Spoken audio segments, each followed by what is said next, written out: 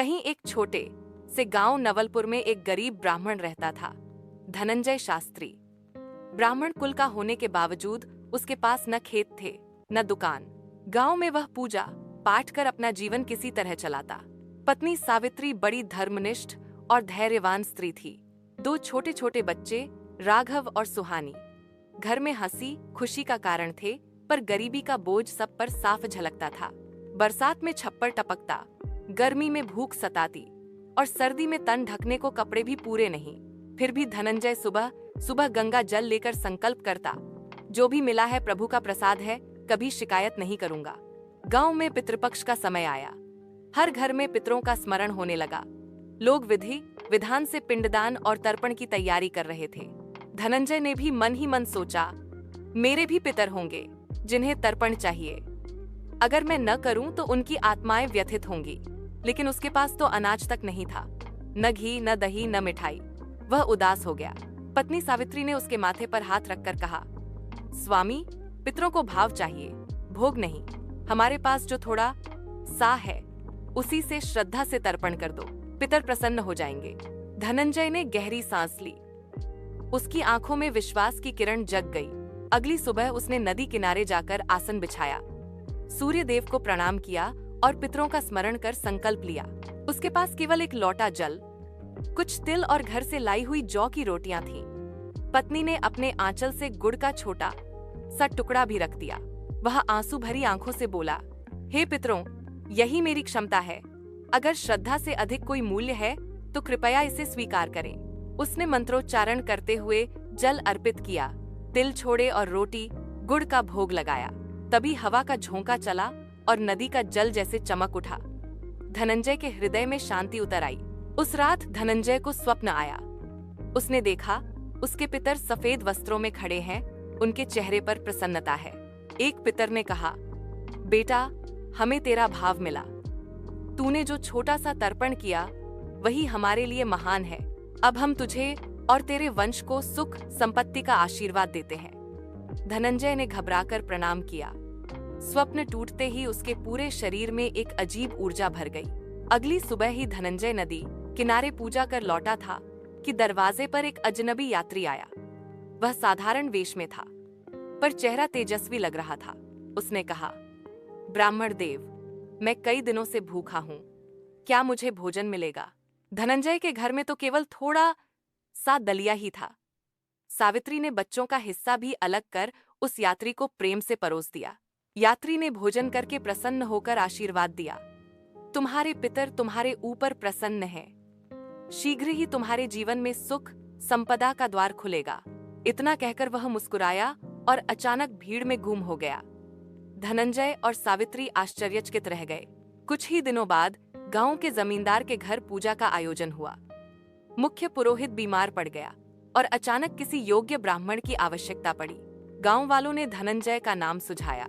जमींदार ने बुलाकर कहा, पूजा करवा दो, दक्षिणा भरपूर मिलेगी। धनंजय ने पूरे मन से पूजा संपन्न करवाई। जमींदार इतना प्रसन्न हुआ कि उसने उसे न केवल बहुत सी दक्षिणा दी, बल्कि अपने खेत की देखरेख का काम भी सौंप दिया। इस प्रकार पहली बार उसके घर में अनाज, वस्त्र और धन का संचार हुआ। सावित्री की आंखों में आंसू आ गए। यह सब पितरों की कृपा है। धीरे धीरे लोग समझने लगे कि धनंजय केवल कर्मकांड करने वाला ब्राह्मण नहीं, बल्कि सच्चा धर्मप्रेमी है। गांव के छोटे बड़े सभी अवसरों पर उसे बुलाया जाने लगा। उसकी ईमानदारी, सरलता और श्रद्धा ने लोगों का दिल जीत लिया। गांव के बच्चे भी उसके पास पढ़ने आने लगे। वह उन्हें वेद मंत्र के साथ साथ अच्छे संस्कार भी सिखाता।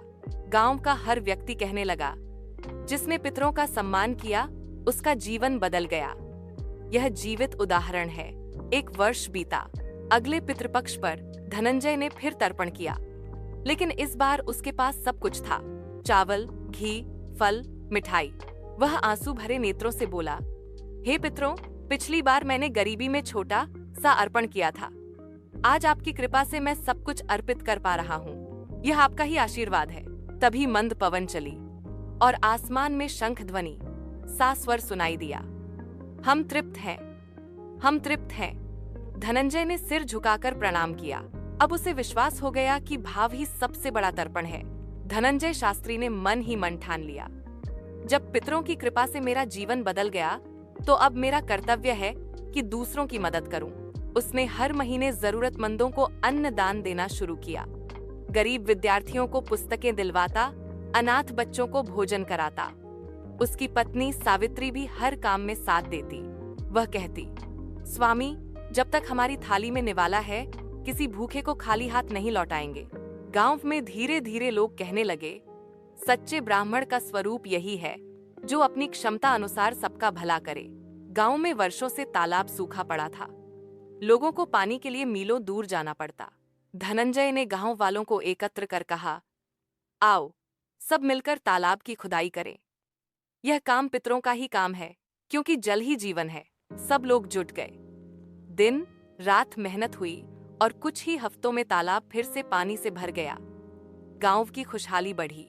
लोगों ने तालाब का नाम रखा पितृकुंड, क्योंकि सब मानते थे कि यह काम धनंजय को पितरों की प्रेरणा से ही सूझा था। एक रात धनंजय ध्यान में बैठा था। अचानक उसे वही पितर पुनः स्वप्न में दिखाई दिए। उन्होंने कहा, बेटा, तूने केवल तर्पण ही नहीं किया, बल्कि सेवा और दान से हमें सच्चा सम्मान दिया। तेरा वंश कभी क्षीण नहीं होगा। तेरे घर में सदैव ज्ञान और समृद्धि बनी रहेगी। स्वप्न से उठते ही धनंजय की आंखों से आंसू बहने लगे। उसे लगा मानो उसके चारों ओर अदृश्य हाथ उसे आशीर्वाद दे रहे हों। समय बीतता गया। धनंजय अब गांव का आदर्श बन गया था। लोग उसके पास केवल पूजा पाठ के लिए ही नहीं, बल्कि जीवन के मार्गदर्शन के लिए भी आते। उसके बच्चे राघव और सुहानी भी शिक्षा में आगे बढ़े और गांव के लिए सेवा भाव अपनाया। धनंजय अक्सर गांव की चौपाल पर बैठकर कहता, संपत्ति बड़ी नहीं होती, श्रद्धा बड़ी होती है। पितरों को भाव से स्मरण करो, वे सदैव तुम्हारे जीवन को प्रकाशमान करेंगे। गांव के हर व्यक्ति ने उसे अपना गुरु और पथ प्रदर्शक मान लिया और धनंजय की कथा पूरे प्रदेश में फैल गई। गरीब ब्राह्मण जिसने छोटा सा तर्पण किया और पितरों की कृपा से उसका भाग्य बदल गया।